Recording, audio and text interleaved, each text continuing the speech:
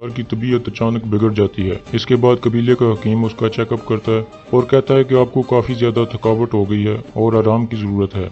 इस दौरान हकीम देखता है कि कुरकुत सरदार के दवाइयों के डब्बे में एक ताकत वाला सिरप भी मौजूद होता है। हकीम कहता है कि इस उम्र में यह सिरप पीने से सरदार की किसी भी वक्त मौत हो सकती है। दूसरी तरफ हाइमा खातून अपने बेटों से अकेले में मुलाकात करती हैं और उनको डांटती हैं कि दोनों को आपस में नहीं लड़ना चाहिए था और अगर आइंदा तुमने एक दूसरे पर हाथ उठाया तो मुझे माँ कहने का हक खो दोगे। इसके बाद वो दोनों को गले मिलने का कहती हैं और दोनों में सुलह करवा देती हैं। दूसरी तरफ हमजा और काई कबीले के गद्दार सिपाही नयान के पास पहुंच जाते हैं। नयान उन सब पर सोने के सिक्के फेंकना शुरू कर देता है। इस दौरान एक सिपाही नीचे से कुछ सिक्के उठा लेता है। नयान फौरन उसका खंजर निकाल कर उसको उधर ही मार देता है। इसके बाद वो बाकी सिपाहियों को कहता है कि आप यहाँ सोने के लिए नहीं आए बल्कि दुनिया की सबसे बड़ी फौज का हिस्सा बनने आए हो और हमारे साथ मिलकर तुम दुश्मनों से लड़ोगे क्योंकि तुम काई कबीले के बहादुर सिपाही हो और अब से तुम मेरे भाइयों की तरह हो। इसके बाद वो सब खंजर से अपने हाथ पर कट लगाते हैं और एक गिलास में खून को निचोड़ना शुरू कर देते हैं। आखिर में वो गिलास नयान को दिया जाता है और नयान वो सारा खून पी जाता है। दूसरी तरफ तुर्गत और दुआन खाना लेकर अब्दुर्रहमान के पास जाते हैं तो तुजदेकन का सिपाही उनको रोक लेता है और कहता है कि आपको अंदर जाने की इजाजत नहीं है। जिस पर तुर्गत कहता है कि हम सिर्फ उसे खाना देने आए हैं। इसके बाद वो सिपाही इजाजत दे देता है। तुर्गत अब्दुर्रहमान को कहता है कि जब तक हम यहाँ हैं तुम्हें कोई भी नुकसान नहीं पहुँचा सकता, इसलिए तुम्हें परेशान होने की जरूरत नहीं है। दूसरी तरफ हाइमा खातून कुरकुत सरदार के पास जाती हैं ताकि उनकी खैरियत मालूम कर सकें।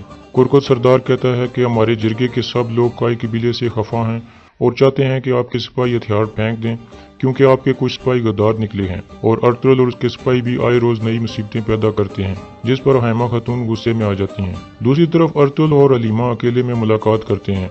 हलीमा पूछती है कि तुम्हारे ज़हन में क्या है और तुम क्या करना चाहते हो। जिस पर अर्तुल कहता है कि मैं चाहता हूँ कि पूरी दुनिया में हमारा नाम गूंजे और रहती दुनिया तक काई कबीले का नाम याद रहे।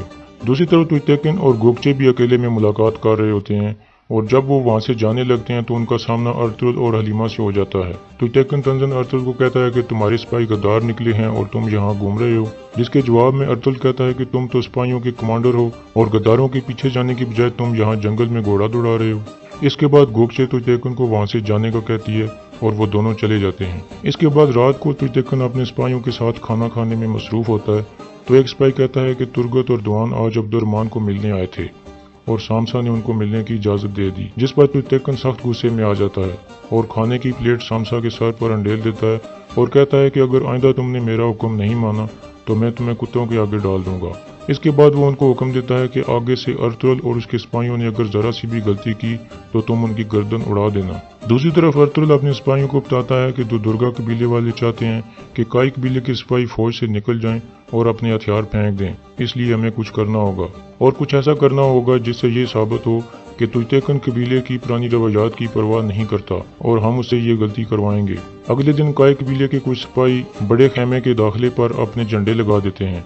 इतने में तुजतेकन वहां जाता है और कहता है कि तुम लोग गद्दार हो और यहाँ अपना झंडा नहीं लहरा सकते। ये कहकर वो धक्का देकर झंडा गिरा देता है और झंडे के ऊपर खड़ा हो जाता है। इसके बाद वो दूसरा झंडा भी गिराने की कोशिश करता है लेकिन इतने में अर्तुल वहां जाता है और झंडा जमीन पर गिरने नहीं देता और ये मंजर दोनों कबीलों के सब लोग देख रहे होते हैं। इसके बाद तुजतेकन अर्तुल के हाथ से दूसरा झंडा भी छीनने की कोशिश करता है जिससे दोनों में हाथापाई शुरू हो जाती है और तुजतेकन अपनी तलवार निकाल लेता है। इतने में कुरकुत सरदार और हाइमा खातून आगे आ जाते हैं और उसको रोक लेते हैं। फिर अर्तुल सब कबीले वालों से मुखातब होकर कहता है कि इसी झंडे की खातिर हम सब कुछ करते हैं और इसी के लिए हम शहीद हो जाते हैं। इसके बाद सब लोग वहाँ से चले जाते हैं। इसके बाद तुजतेकन अपने वालिद कुरकुत सरदार के पास जाता है और कहता है कि अर्तुल ने सबके सामने मुझे नीचा दिखाया है। लेकिन कुरकुत सरदार कहता है कि तुमने काई कबीले के झंडे पर खड़े होकर बहुत बड़ी गलती की है। जिस पर तुजतेकन शरीर गुस्से में आ जाता है और कहता है कि आप अभी भी अर्तुल का साथ दे रहे हैं, मुझे लगता है कि आप उससे डरते हैं।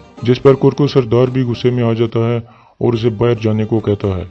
इसके बाद आयतलोन कुरकुत सरदार को कहती है कि तुजतेकन की इज्जत को कबीले में बहाल करना जरूरी है और अर्तुल को भी सबक सिखाना जरूरी है, इसलिए बहुत जल्द अब्दुर्रहमान को जो सजा सुनाई गई है उस पर अमल करें।